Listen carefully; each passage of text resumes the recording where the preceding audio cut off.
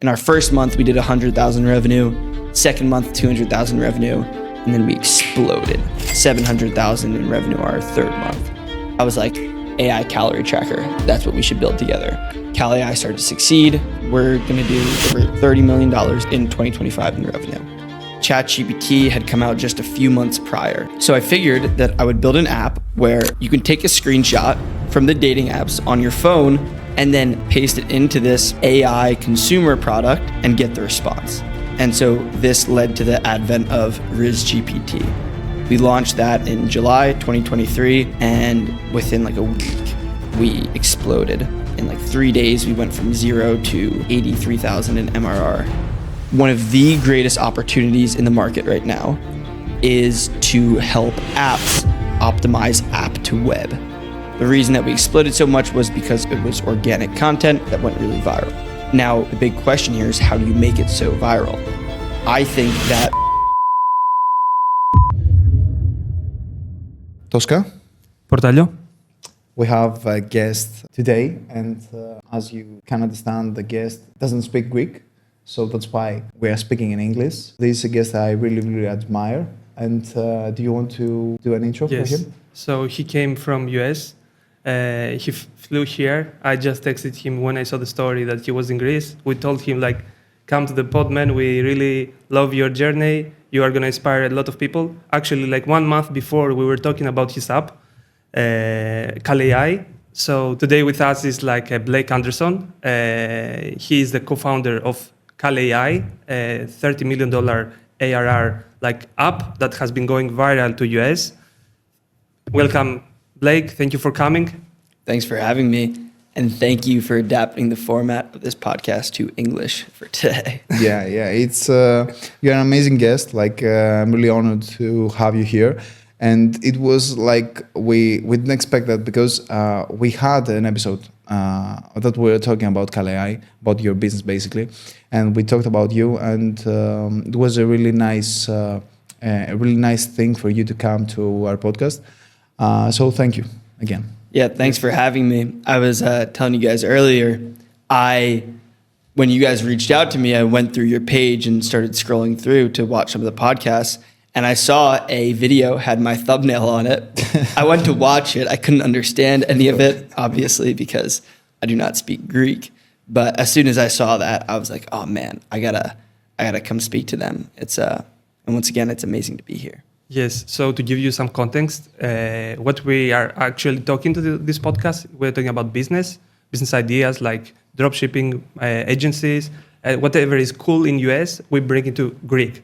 Like Greeks to implement either like in US or here in our country. So that's why we were talking about like Cal AI. So having you here talk us directly about Cal AI, it's something huge. And we got a lot of messages when we did the episode about people that they know you, Zack, and they are trying to build like mobile apps, AI mobile apps. So let's start from, because like you are just 24 years old, you talk and you look like more mature, I would say. So where did you start on this? Like, how did you got in AI mobile apps? Because I know that you didn't have any background to coding. So how did you start? Yeah, I think that my journey really starts from when I was a child. I was always fascinated by and in love with entrepreneurship. I wrote an ebook titled How to Make Money as a Kid when I was 9 years old. It was like, here's how to operate a profitable lemonade stand, and here's how to start a lawn mowing business, because I would mow lawns for my neighbors. And that evolved into selling candy in school and drop shipping and scaling Instagram meme pages, building an Ethereum mining machine, everything under the sun. And I think that for me, a big component of my journey has always just been following my curiosities. Whatever I see that interests me, try it out, see whether or not it works. If it doesn't work out, move on. So kind of continue that journey, but never really had anything that was all that successful. My senior year of college, I built a college marketplace app. Now, I didn't code it, but we had someone technical on the team that did. And this is like a very classic people's first time building apps, they build social apps. They think about what's a problem that I and my friends experience, and now how do I solve this problem for all of us? That often manifests itself in some social function. So for us, this was an app to buy and sell items with other students on your university campus. By the end of my senior year, it was like doing okay, but wasn't making any money and was really hard to scale. ChatGPT had come out just a few months prior. So this is spring of 2023. And I'm like, man, I use ChatGPT for all these new things, but I feel like it hasn't been packaged into easy consumer experiences. And so I had a roommate that was always messaging girls on dating apps. And he one time was asking me what he should say to this girl. And I'm like, I figure that ChatGPT could give a pretty good answer here. So I take his transcript, I manually type the messages into ChatGPT. The response is like, okay. I start playing around with some different prompt engineering techniques. And suddenly I was like, man, this is a viable product. Everyone uses dating apps on their phone. Okay, so I figured that I would build an app where you can take a screenshot from the dating apps on your phone and then keep that on your phone, paste it into this sort of AI consumer product, and get the response. And so this led to the advent of RizGPT. We launched that in July 2023, and within like a week, we exploded. In like 3 days, we went from 0 to 83,000 in MRR. So yeah, I guess that's kind of how my story of how I got into AI apps.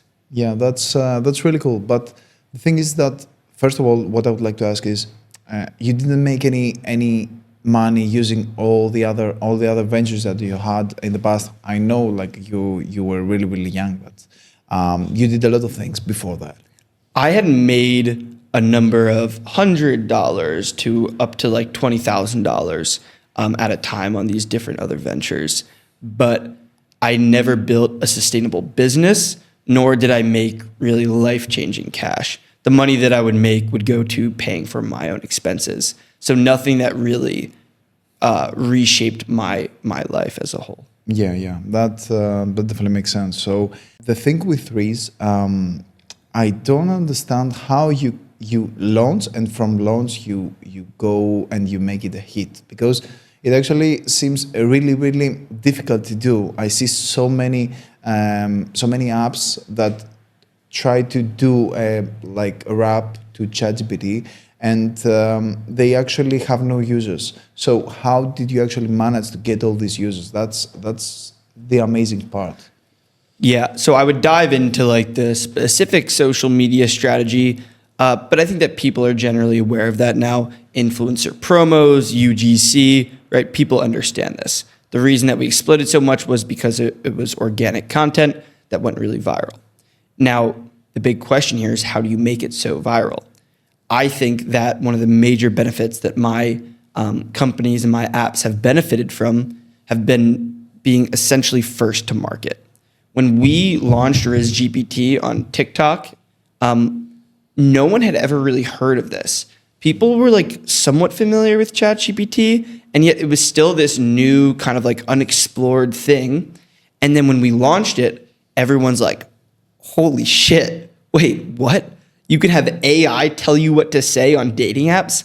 It was just inherently so viral. Umax was similar. So Umax was the second app that I built, where you can take a picture of your face. It will tell you how attractive you are and how you can become more attractive. When we launched that, everybody is like, what the fuck? AI is now rating me and telling me if I'm cooked or not, right?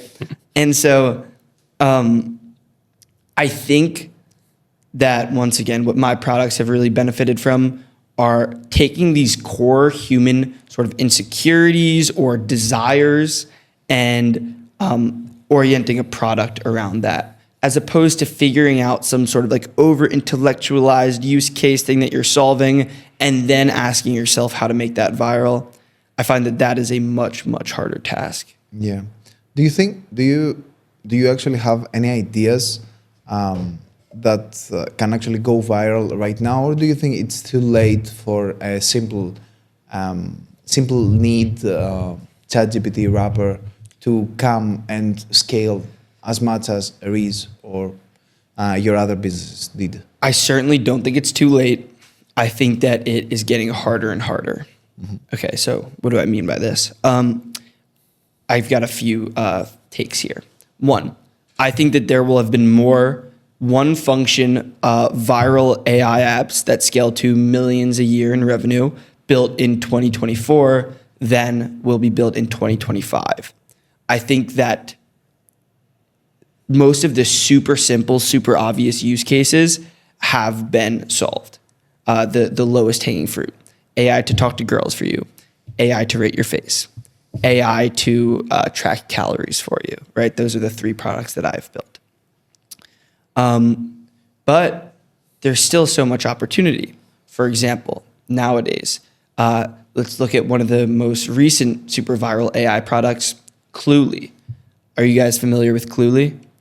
So this is Roy Lee, a good friend of mine. Roy built a product that is essentially hidden on your laptop that will help you cheat on interviews. This is it's not nearly as simple as the products that I've built. It's much more complicated, and yet it's extremely viral, and they're doing extremely well right now. And so I think that there's still a lot of opportunity in this space. The alpha is becoming harder to capture. So, because like our audience, it's not they don't know, they cannot really understand many of the things that you take it as like, for example, you said about ChatGPT, we launched it and we went viral. So you had some skills of how to get something viral on TikTok, for example. Mm-hmm. So this is like a skill that you learned from the other ventures that you had, right?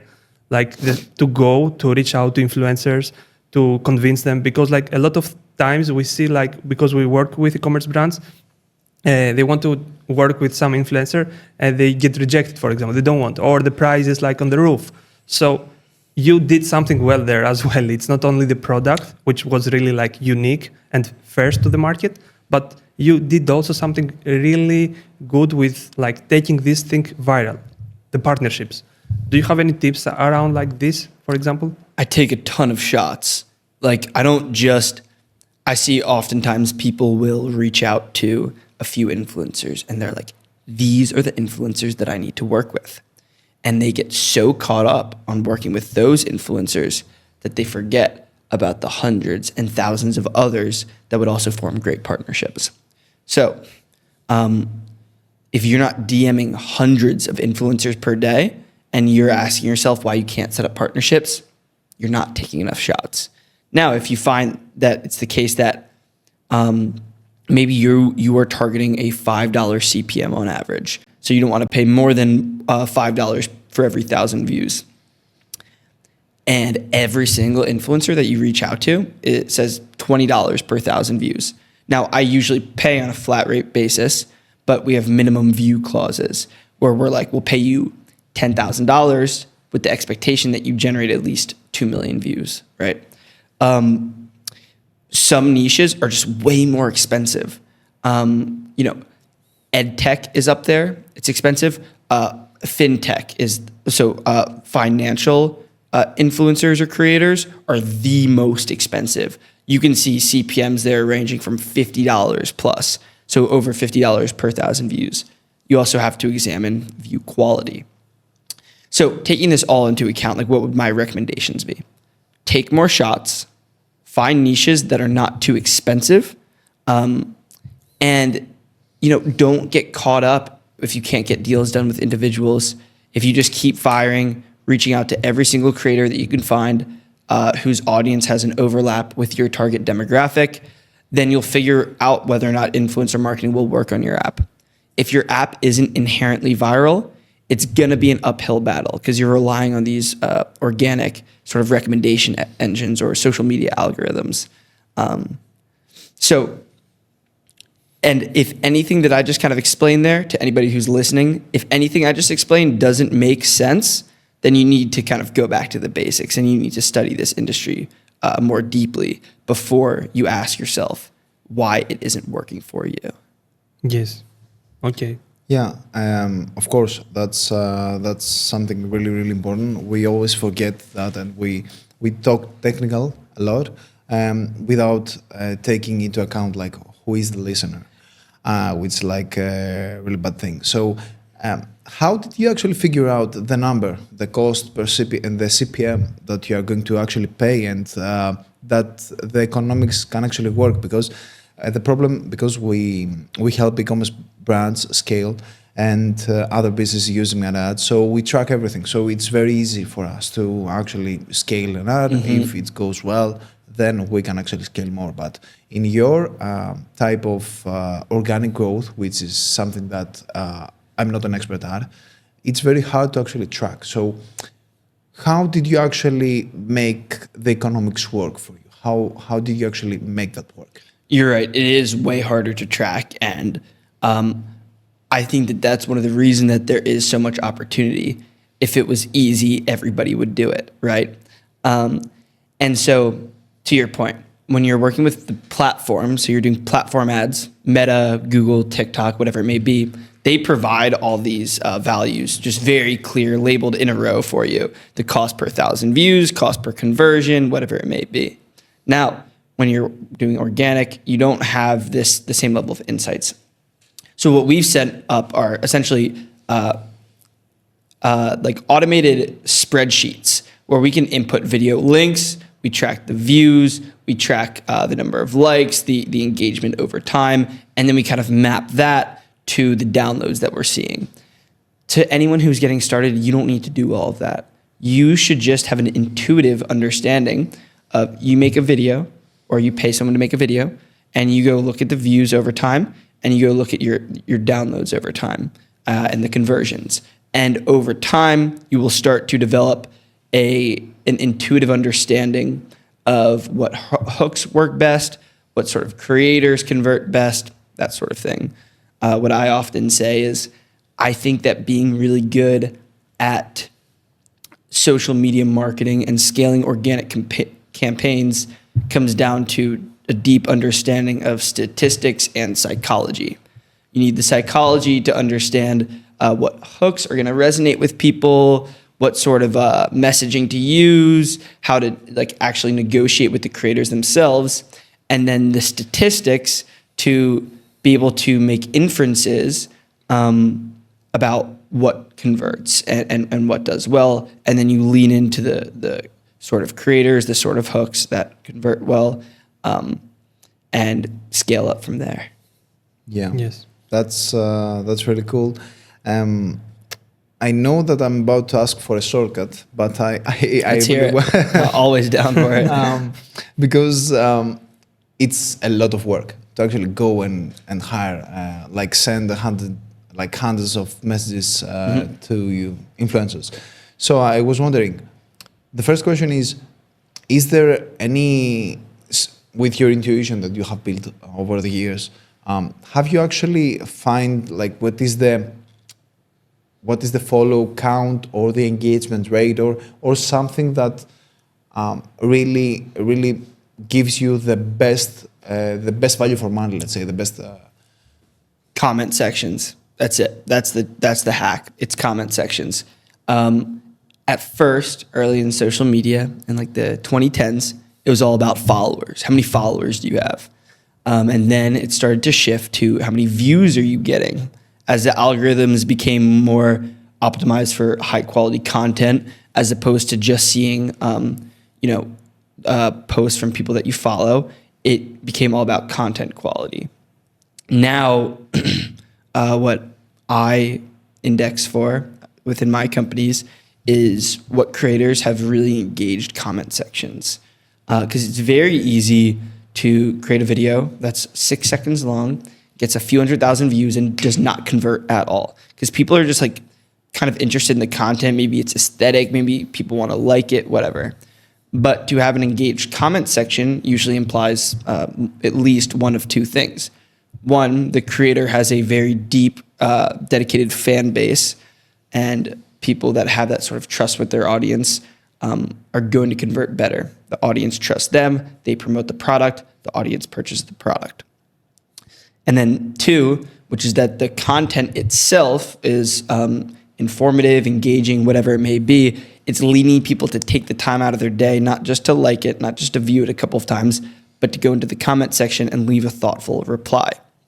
And so what we really look for are comment sections that it's not just number of comments, it's not just a bunch of fire emojis, it's people responding with insights, or maybe they're applauding the person that posted whatever they did, whatever it may be. If a creator's comment section looks like that, that is generally a great creator to work with. Yes. Yeah. Also, you want to see the top comments should have a good number of likes. If you have a ton of comments, but there aren't any likes on any of the comments, that's not good. You want a community to exist within the comment section and real engagement. And you see that when there are comments with a lot of likes and thoughtful sub-replies and conversations going on within, then you know that piece of content is somewhere where real people come together and engage with one another. Yeah, that's something that it's actually really smart. I haven't thought about it, but it totally makes sense. It totally makes sense, especially if you want the viewers to actually take an action. Mm-hmm. You don't actually want to have a really viral video just for the sake of having a really viral video. If they're not willing to go into the comment section and engage there, what makes you think that they are going to go to the product that the creator tags, right? It's not a perfect one-to-one mapping, but it's generally a pretty good. It's a very underrated metric, I would say. Yeah.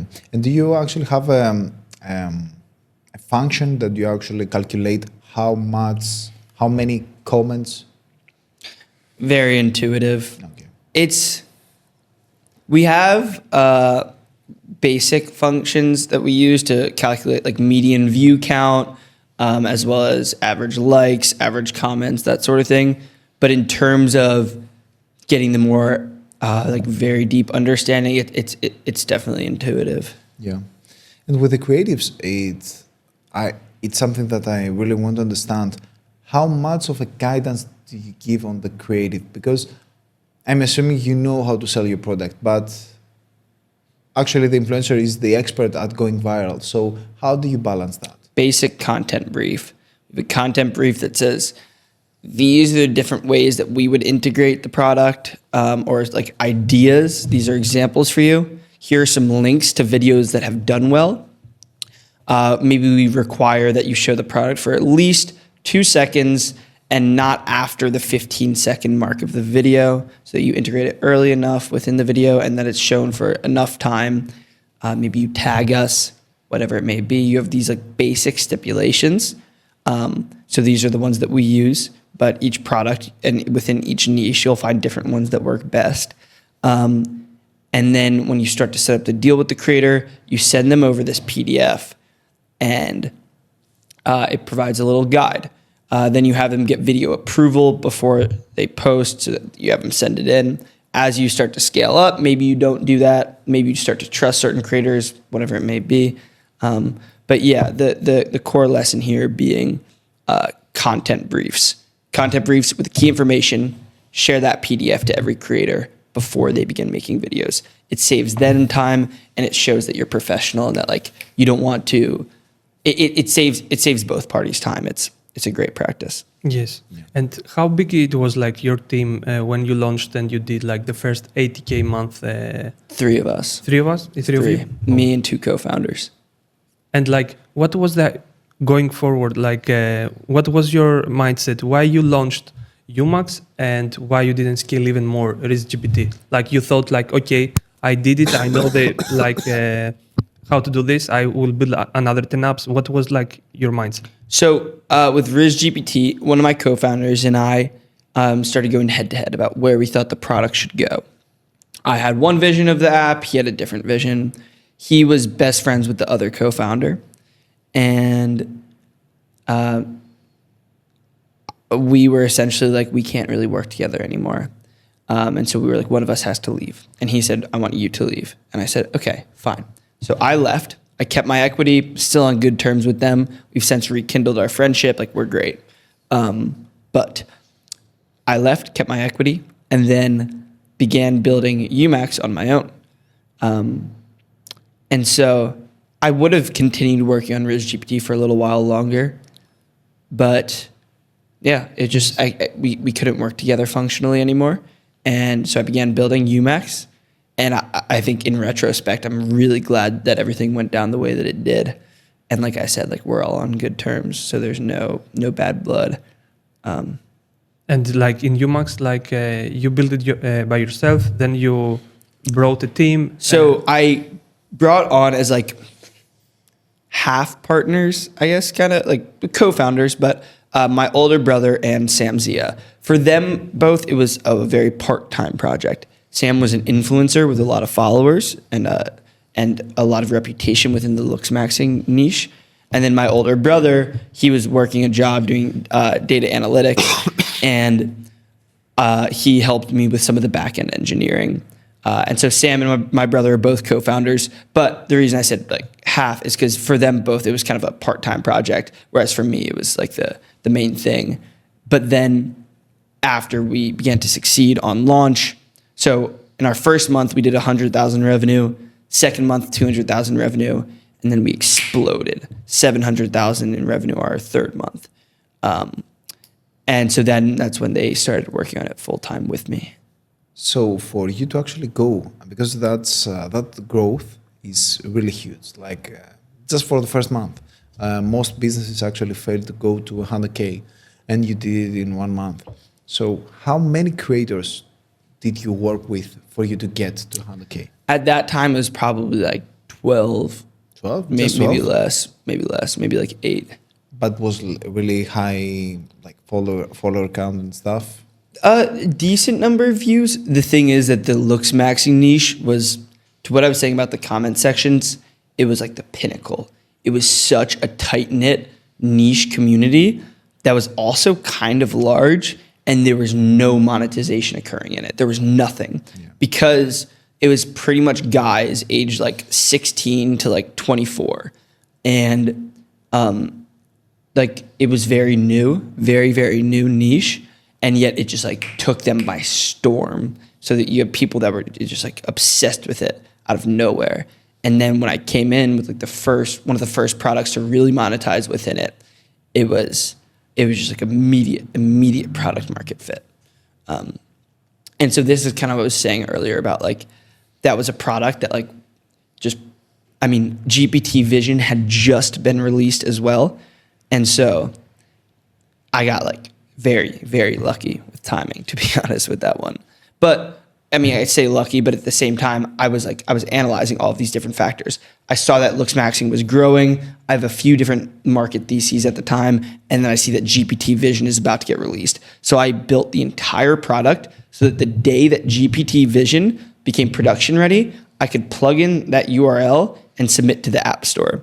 And I launched, I think you could look at when GPT Vision got released. I think I launched like 2 days after it hit production level API rate limiting. So I was very deliberate.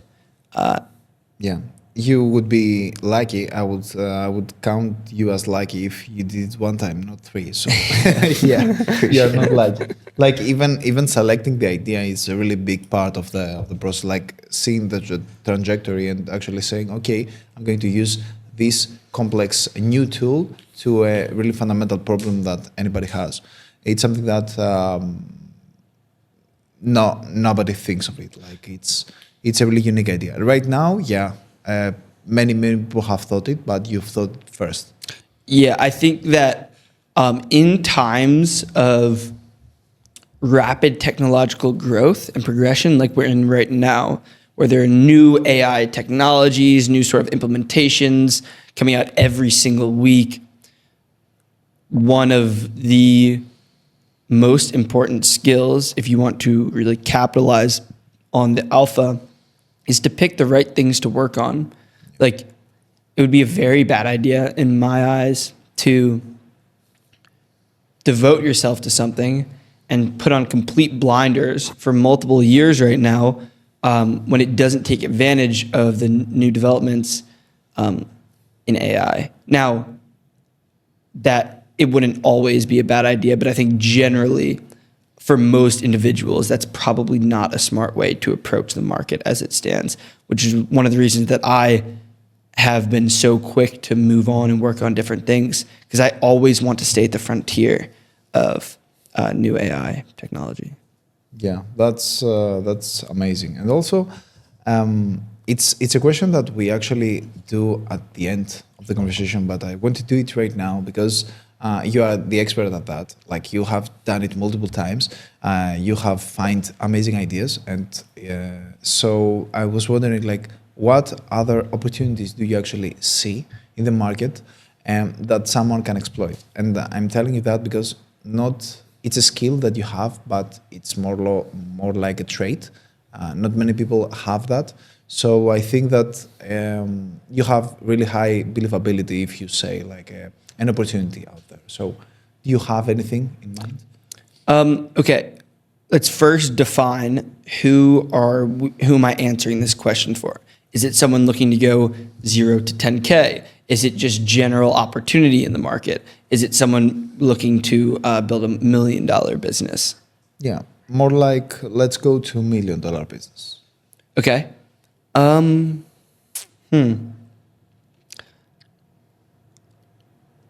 If you have to 0 to 10K, you can say that as well. Yeah. So I think that these sort of general advice questions are very interesting, and I really like them, but they're very, very hard to answer. I've recently been thinking more deeply about this, which is like I've myself have given a lot of advice on the internet, and I'm like, man, the advice that I've given is just not applicable the majority of the time. So I want anyone who's listening to take this with a grain of salt. Now, that said, okay, 0 to 10K. I so strongly believe that the most important skill right now is to get extremely skilled with AI, different AI tools. So I'll give a real life example of this. I was hiring a designer the other day, or actually a few weeks ago, and I put out a challenge listing on Upwork. And I said, okay, here is a preliminary design challenge. I want you to, for 2 hours of work, everyone got paid for it. I hired 10 different designers to design some logos and do a basic like brand design, whatever it may be. And this one designer produced way more than everyone else, and it was high quality work. And I asked him, I said, how did you get so much done in so little time? And he said, oh, well, I used this new AI tool to generate the icons. He was able to operate so much more efficiently, produce so much more with his time. So I think that that's the fundamental skill that can apply to everything. It applies to design, it applies to copywriting, it applies to development, it applies to marketing, every single domain. So if I'm going to 0 to 10K, I'm getting really skilled with AI. I personally would probably apply it to content creation.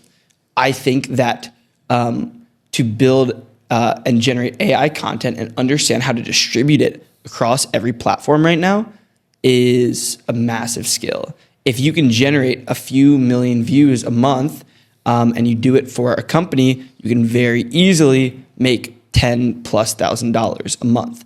So that is probably what I would pursue. In spite of the fact that we all know that like AI content is a thing and like people are doing it, I don't know many people that are actually doing it really well. So that is on the going from like 0 to 10K a month. So I would do content myself, maybe start like a UGC agency, try to work with different app founders. In terms of making $1 million+, okay, I have another answer here, which isn't specifically for $1 million+. One of the greatest opportunities in the market right now is to help apps optimize app to web. So there was a recent court ruling in the US. Are you guys familiar? Yes, Yeah. with So Apple. Yep. So mobile apps in the United States are now required to allow apps to offer web payments. So Apple takes 30% of your earnings or of your revenue if you make over $1 million a year. If you make under, it's 15%. I and some other people I know have begun testing this, seeing what the relative conversion change looks like. Across the board, it looks like it's going to be at least 20% increase in profit in proceeds for apps that are above that $1 million mark. And for even apps that are below, you could see like over 20% as well. I'm not going to say the number that the increase that we're seeing, but it's well over 20%. There's so much opportunity here to help apps optimize their web flows. We are already coming up with different strategies, and we have like 10 different things that we want to work on right now, but I'm realizing that it's such an unsolved problem space.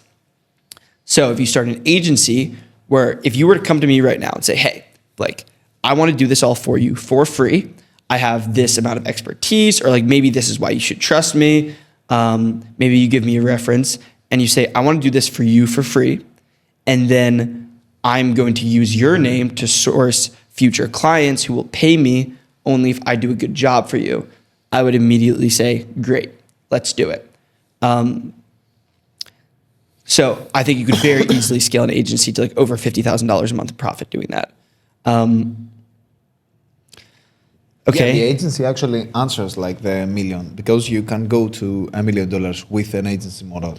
Certainly, you certainly can. In terms of AI apps, yeah, I mean,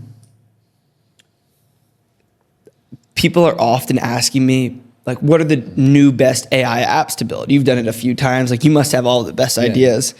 And I'm like, man, the market is getting competitive now. It's like, it's no longer a completely unknown area. A lot of people are entering it. There's a lot of competition, but there's the classic sell the pickaxes during the gold rush, or sell shovels during the gold rush, which is that a reliable way to get rich is when there is a gold rush to build one sort of product or make money in one way, be it digging for gold or building AI apps. There are reliable ways to get rich by just servicing those people. Yeah.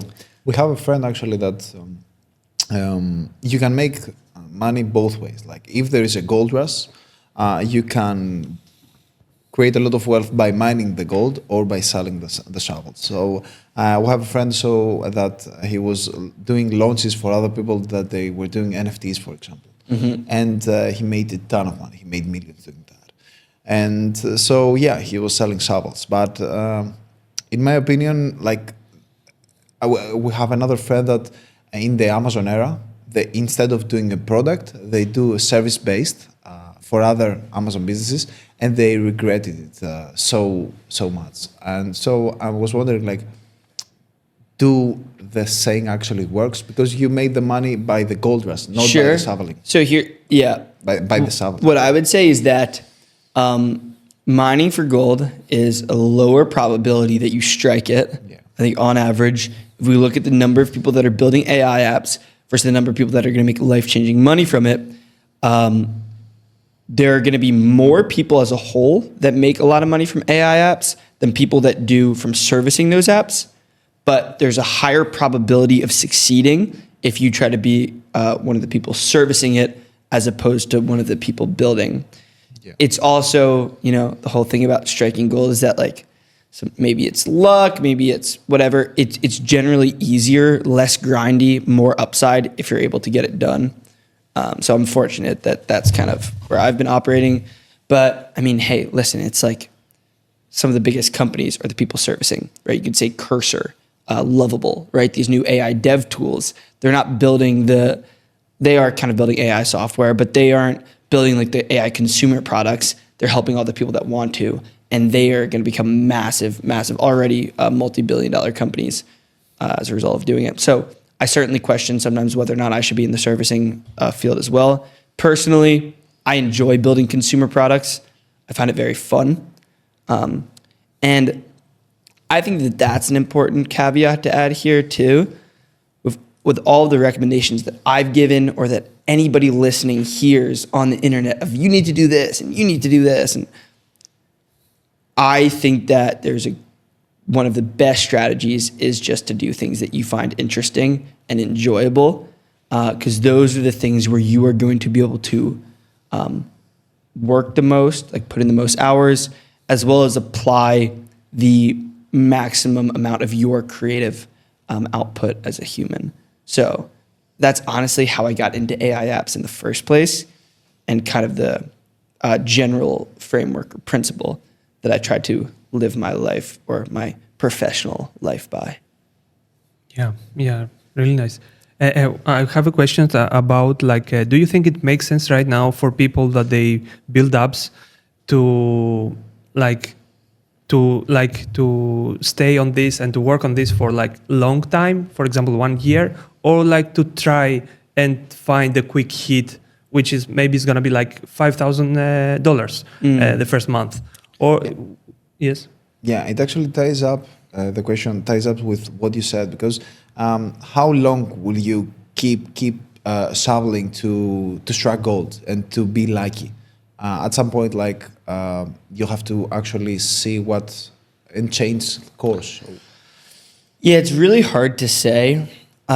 Personally, I have worked on 5 different projects in the past 2 years, full time, from RizGPT to Umax to CalAI to Apex to 10x, and some of these projects still endure. Like I still do some work for Umax, but not much. I still do a good amount of work with CalAI. I moved on from Apex. I moved on from 10x. So, I don't have. I don't know. This is another one of those pieces of advice where like, it's so individual. It's so contextual. It's based on who you are as a person. It's based on the product that you're working on. I will say, I think that a lot of people will work on the wrong projects for too long. And on the flip side, a lot of people won't give a project enough time to fully mature before they move on from it. So I would say that you should probably recognize the person that you are, what you have a propensity for, and ask yourself, for example, me, I move on quickly. I often try to ask myself, like, is it really the right time to move on? Or is this just me wanting new excitement, right? And so you have the classic, like, indie hacker that maybe builds 20 different products a year. And I'm like, all right, that is probably way too fast. But it works out for different types of people. So I don't have a strong stance here. No, it makes sense what you're saying, because like I have seen, like it depends also on the level of execution. Maybe this 1 year, like this person that has an app has done like the things that you can do, for example, in 2 months and make a decision. So it really depends on the person, like the level of execution, like the level that he is, like how much money he has on the side, many like different It's things. a complex Yes. system. I would say that there are a few universal principles I think that apply. And one for me, at least, is to optimize for learning. Everything that I do, I want to know that I will come out of it with either material success or at the bare minimum that I learned something, that I worked on something that I didn't already know. I think one of the worst things you could do would be to spend time working on projects where if you fail, you don't learn transferable skills or have transferable knowledge. One example here would be day trading. I think day trading is like, if you succeed, maybe you make some money, but if you don't succeed, you don't really learn many transferable skills that you can take into a different business. Unless you actually do content and you sell courses around day trading. Yeah, which It's transferable. It's transferable. Yeah, no, it's really good answer. Like what you said, like if you build like transferable skills, it makes sense. Yeah. For example, and it's a good way to optimize for. Like, Yeah, but still, there are some things that I can point you to a person that is actually working for a GPT wrapper for 3 years now. You would say, yeah, it's probably shit. Like he has stuff. So there are some hard like fundamentals, like some things that you know it's wrong. hard to say, you know. I've got a friend, Cliff Weitzman, founder of Speechify. Cliff and his brother, co-founders, worked on it for a number of years, not making much money. And so, you know, he could have easily said after 3 years of it's not doing much, And he's like, oh man, I just got to move on. This isn't it. But he stuck with it. And now Speechify makes, I actually don't know if I can say, but it makes a lot more than any of my businesses, right? Actually, I can say this. If you go to Sensor Tower, for example, you can infer that they're making at minimum $50 million a year. But I know that the number is higher than that. So yeah, you know, they're counterfactuals. And so I try my best not to make bold claims if there are many counterfactuals, which I think there are. So to each his own is kind of how I view it. Yeah. Okay. Completely understand. And like, do you think about, do you reverse engineer when you think about ideas, new products, about the distribution channel, for example? Or, for example, like, okay, this idea, it makes sense. We can do influencer marketing on TikTok. This, we can run it with paid ads. Do you think like about it? 100%. You got to, or you don't have to, but it is very helpful to know what your distribution strategy is going into something. People that are engineers, for example, might first think exclusively about whether or not it's technically feasible, right? Does the technology exist? Is it sufficiently widely available to be able to build the product? People who are maybe more growth-oriented might think solely about, does the distribution channel exist? Can I get the customers at a lower price point than they are going to earn me? As with most things, I think that you need to do somewhat of a holistic analysis, which is why I advocate for anybody who seeks to replicate sort of my strategy, is I'm like, you should understand both the marketing and growth side of things as well as the engineering. You don't have to be extremely technical. You don't have to be, extremely like a TikTok brain rot, like super deep in that niche. Yes. But you should have sufficient understanding of both to be able to accurately identify and understand the playing field and what tools are at your disposal. So I would say, yes, certainly you should be thinking about whether or not, for example, with paid ads are going to be conducive to very high LTV. So you're probably going to want a higher price point in your product. Maybe it's $20 a month. Maybe it's a free trial and then $100 a year. Organic is usually more conducive to a lower price point. Maybe you do $30 a year. Maybe it's $4 a week. So those are pricing strategies that I've used. So yeah, the distribution channel will inform the sort of product direction and reverse. So it's like a positive feedback loop. Yes. You have said something like study for product Silicon Valley and study dropshipping for marketing. So that's sums up. Absolutely. I mean, drop shipping is an industry where you have essentially, or you have minimal product differentiation, and you differentiate on how cheap you can generate the views for your Facebook ad strategy, your organic content strategy.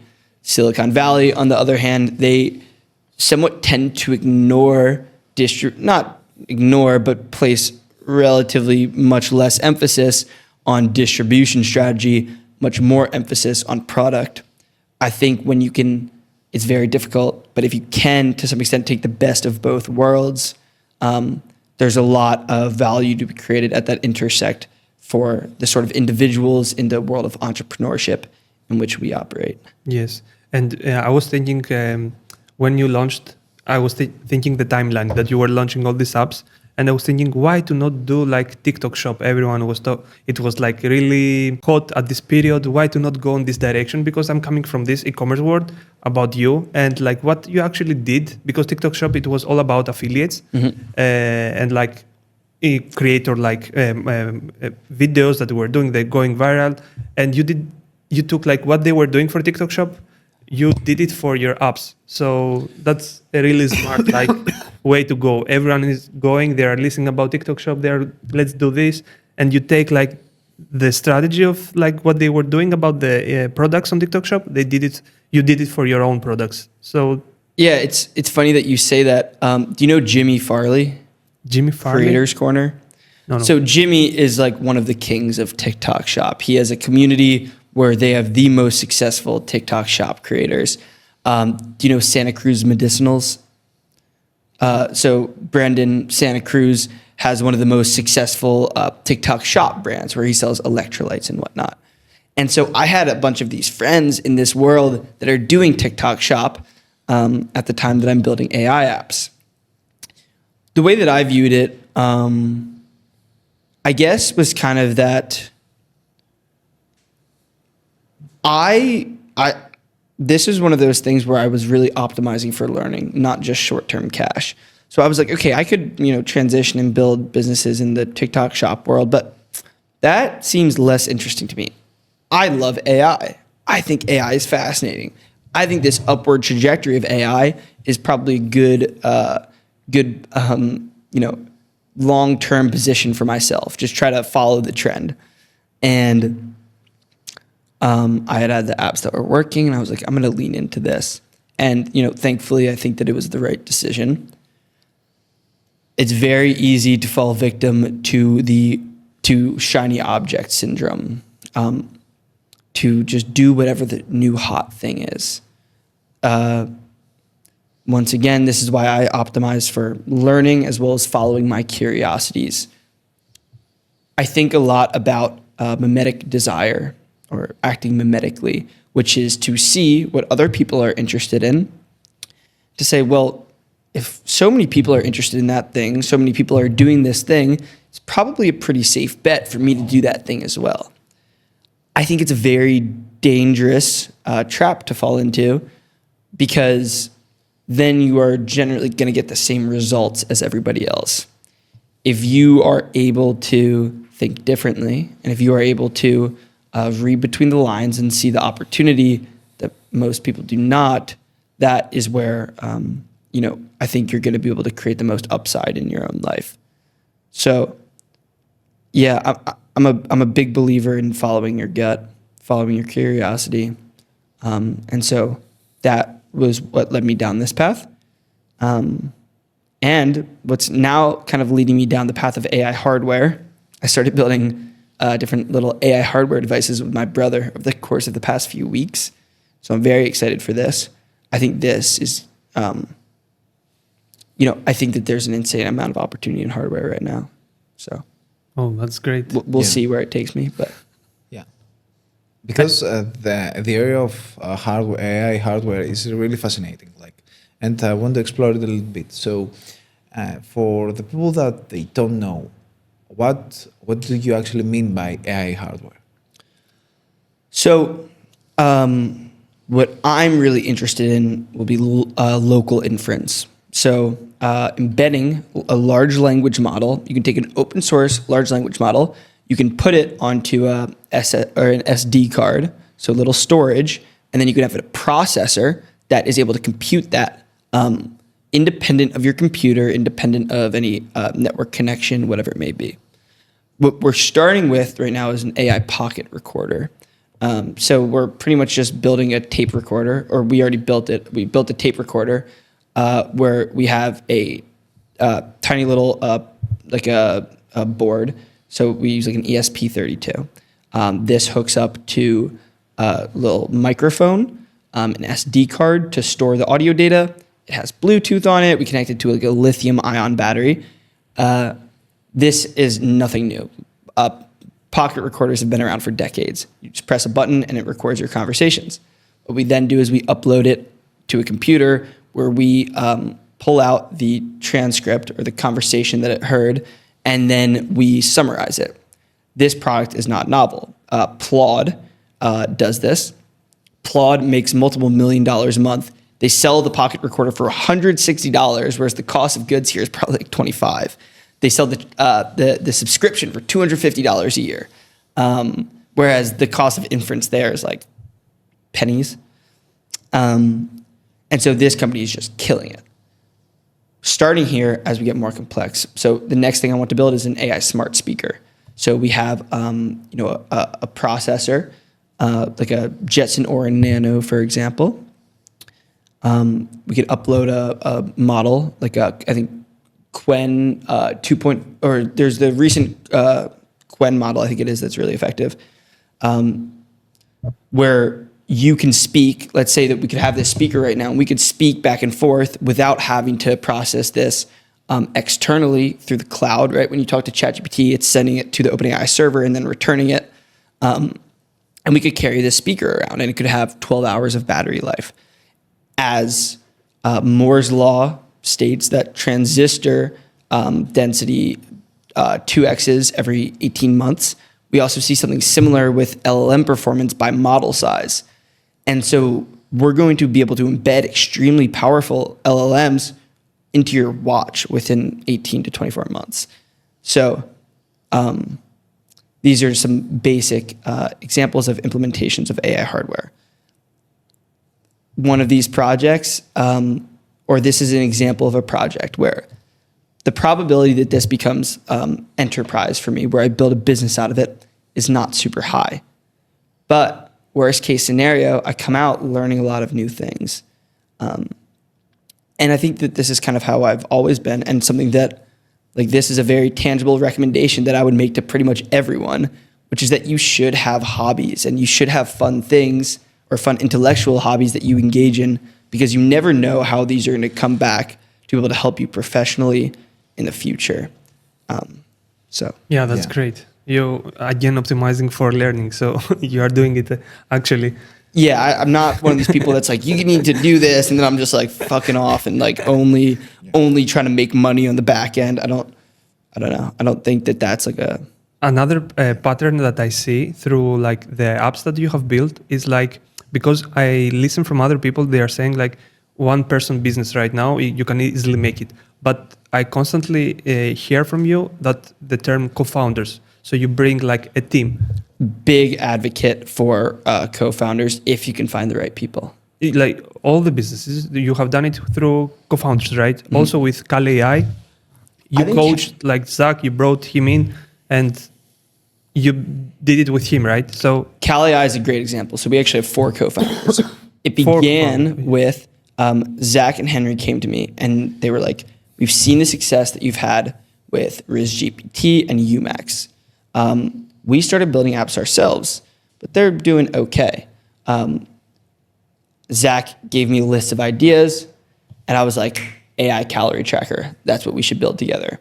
So the structure was I would serve as somewhat of a coach, provide the marketing strategy and capital that I'd gained through my previous ventures, and Henry and Zack would run the day-to-day. Cal AI started to succeed. We brought in Jake Castillo, who is the chief marketing officer and co-founder, as the 4th team member or 4th co-founder. And since then, it's been amazing. The reason that I'm a big advocate for co-founders is, it's easy to look at Cal AI now and say, okay, we're going to do over $30 million in 2025 in revenue. To say, well, Blake, theoretically, you could have just given Zack and Henry 10%, and then you would have higher percentage. You could say the same thing to Zack or Henry. You could say you could have just built this and then had the majority and figure out a way to structure it so that other people had less.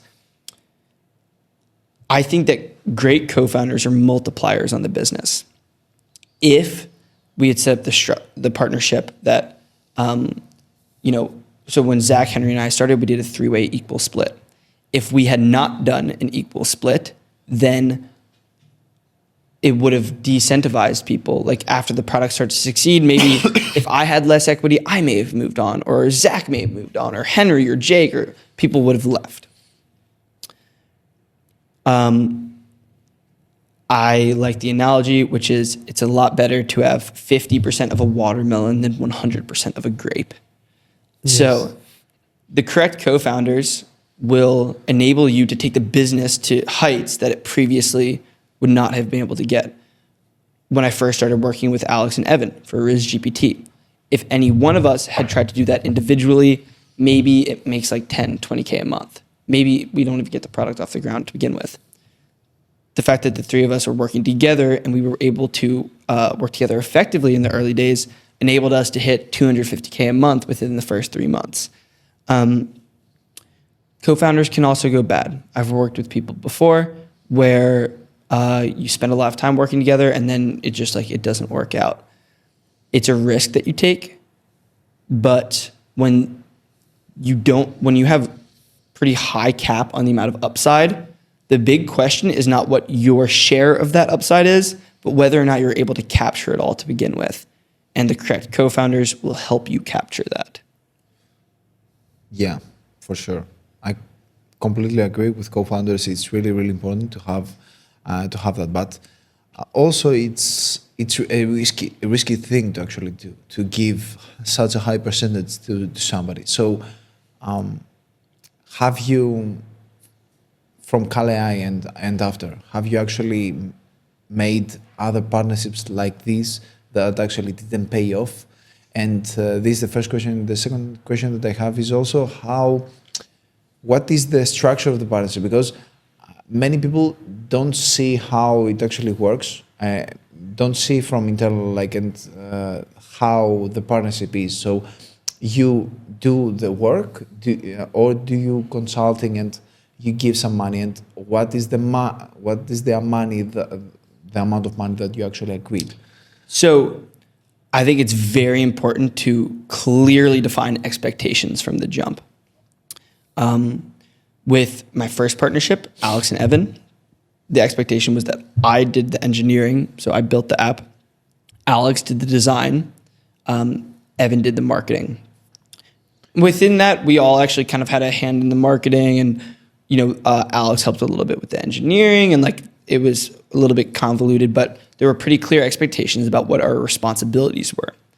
With Kale.ai, similar. The expectation was that Zach, Henry, and I would be equal co-founders on equity, and that I would not have as much day-to-day involvement, but I would apply the high leverage skills I'd learned from my other products, as well as the capital to get the thing off the ground. Zach helped a bit with engineering, but his main role was growth, marketing, and design, and then Henry with engineering. And that partnership has been amazing. We all have very clear responsibilities within the business, and as a result, we don't often have conflict about who should be doing what. The biggest issues that I've seen and experienced myself are when expectations and roles are not clearly defined.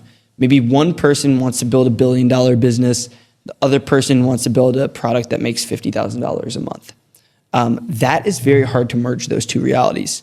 Maybe one person is expected to produce something on the engineering side of things, and they don't deliver, right? I've experienced this issue before.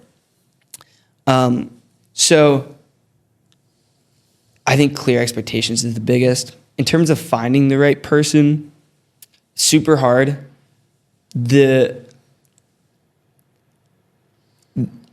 I think that it's generally organic. People that you meet and you develop relationships with, and then over time you realize that you'd be great to work together. When you go out very explicitly trying to find someone as quick as possible, you're not sourcing the highest quality candidates. So that can certainly be an issue. So after this success that you had, I think you're getting a lot of requests from people that they want to build something, for sure, and you to be the advisor. Do you respond to those people, or I hate networking. I hate speaking to random people. Not from a place of superiority, whatever. I don't do a great job juggling a lot of different relationships, and I have a hard time when I create a relationship with someone and then they're like, oh, hey, can you do this favor for me? And blah, blah, blah, blah, blah. And I'm like, man, I kind of want to just be in my own world. I have my small number of people that I'm close with and distance myself from everything outside of that. And so I've started leaning more towards that. I turned off DMs on Twitter. I don't really respond to many people anymore. So I definitely have that inbound, but yeah, I don't have a perfect solution for it. I know a lot of people like to just network with everyone. I think Zach, for example, does a much better job handling a lot of relationships. He's really good at it. I'm not so good at it. So I kind of tried to just keep my peace and avoid everything else. Yeah. So if someone reaches out and they're like, hey, I'd love for you to be an advisor to blah, blah, blah. If anyone's listening to this thinking, it's not going to be worth your time. I'm not going to do it. The only thing that I would like to mention about that is I see that over and over. People giving advice. For example, this thing that you have that you don't reply to messages, that you like to be distant. It's not what actually made you successful. But if you are not thoughtful enough, you might give an advice like this to someone. Because, for example, like Zack is not like that, and he's actually as successful as you, for example. What do you think about giving advice? Like, how do you actually give advice based on your personal experience? Because it's a trap. I love this question. I think that it's a great question. I think that people are very, very complex systems. And that, what I mean by that is that the different things that make up who we are, both our material position, how much money we have, what skills we have, where we live, what languages we speak, as well as like our general affect, what we're interested in, what sort of personality type we have, right? You take all of these variables into account, and it's very hard to create universal principles that apply to everyone.